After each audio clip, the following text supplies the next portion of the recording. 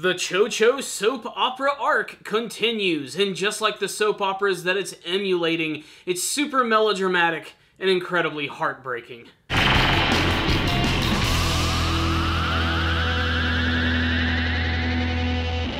Greetings, my friends, and welcome to another review of Boruto Naruto Next Generations. Today we're going to be taking a look at the second episode of the Cho-Cho soap opera arc. What seemed like a story arc which would be wrapped up in a single episode has suddenly transformed into a super entertaining trilogy. I will say, though, that this episode is nowhere near as good as the last one. Maybe it's just because the hilariousness has actually worn off, or the fact that basically this entire episode consisted of one joke. Cho-Cho almost has an opportunity to kiss Tomaru, then one of her friends comes in, suddenly makes things awkward, and for a lack of better term, she ends up getting cock-blocked. She doesn't get to kiss this guy. It happens 3 times. 3 different scenarios. However, there is one thing about this episode that I do particularly enjoy, is that there is still something quite mysterious going on in the background of this arc. There's this B-plot, which is arguably more interesting in some senses, getting to watch Konohamaru and Mogi investigate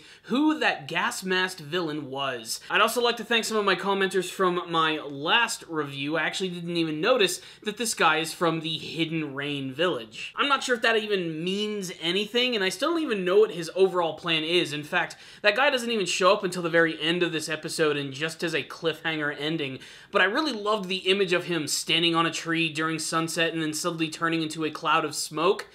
Basically, he's like Smoke from Mortal Kombat. But most of this episode is dedicated to Cho-Cho desperately trying to practice a kiss with Tomaru. She's officially become a part of the show, despite the fact that she has no acting experience whatsoever, but for the most part, she seems to be doing okay, but her entire character basically is just there to stand around and be kissed by the male lead. What is really creepy about all of these scenes, of course, is that they haven't told us how old Tomaru is, but if I had to wager, I'd say he's at least over 18, and considering Cho-Cho's probably no older than 13, all of these scenes where they get close to each other and they're about to kiss is honestly kinda messed up. Really, the hilarity of this episode comes from seeing how everyone's gonna screw up the opportunity for her to actually kiss this guy. The first time it's in a scene which gets completely cut, thanks to Inojin. The second time is when Cho-Cho and Tomaru run away from a group of crazy fangirls and end up getting stuck in a locker together, which almost leads to a kiss, which again, highly disturbing. And then finally at the end of the episode where they're rehearsing a scene together with Cho-Cho actually wearing this wedding dress,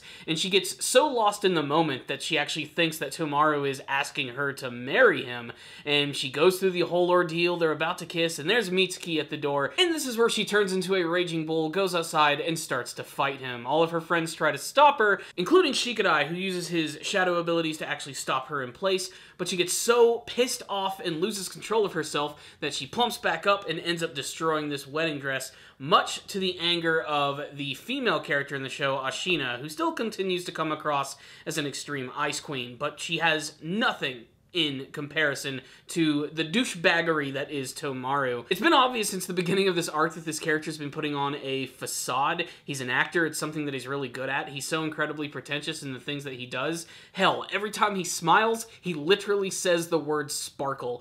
But when Cho-Cho goes back to her regular look, he doesn't even recognize her. And Cho-Cho is afraid to reveal that that's actually her the entire time, and she actually has his ring, which she tries to give back, but she suddenly takes it back, and this is when Tomaru leans in, tells her in her ear that she will never have a wedding ring, and that he's not into fat girls, and basically just completely fat shames her right there into oblivion. It's at this moment that Tomaru is officially one of the biggest douche nozzles in the entire series, and it absolutely hurts seeing Cho-Cho have to take the brunt of all of that, and still managing to put on a smile, saying that it's just part of her job, she still has to protect this guy, but on the inside, you know she's dying. So what's the rundown on this episode of Boruto Naruto Next Generations? Just like its inspiration, it's super melodramatic. But this episode was nowhere near as entertaining as the last one, if only for the fact that it mostly consisted of just recycling the same joke 3 times with different scenarios. Albeit it was kind of funny, it did sort of wear itself a little thin.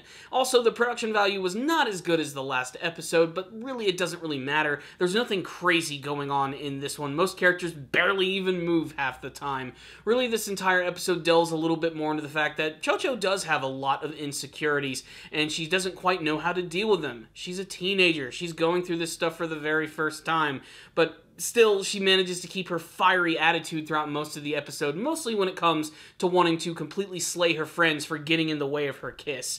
Like I said, it is funny, but it's mostly the same stuff throughout the entire episode. I do like that they did have a small B-plot with Konohamaru and Mogi investigating the gas mask guy, but again, doesn't really go anywhere, just showing that they're ninja, they know how to track people. Still a really decent episode of an arc that, while not the most explosive and crazy arc in the entire series, is doing a pretty good job of actually giving Cho-Cho a character outside of the fact that she's just the fat character who's fat.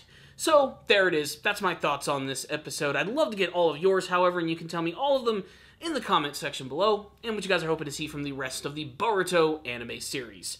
Thank you guys for watching this review. I'll see you guys next time, and as always, stay dandy, baby.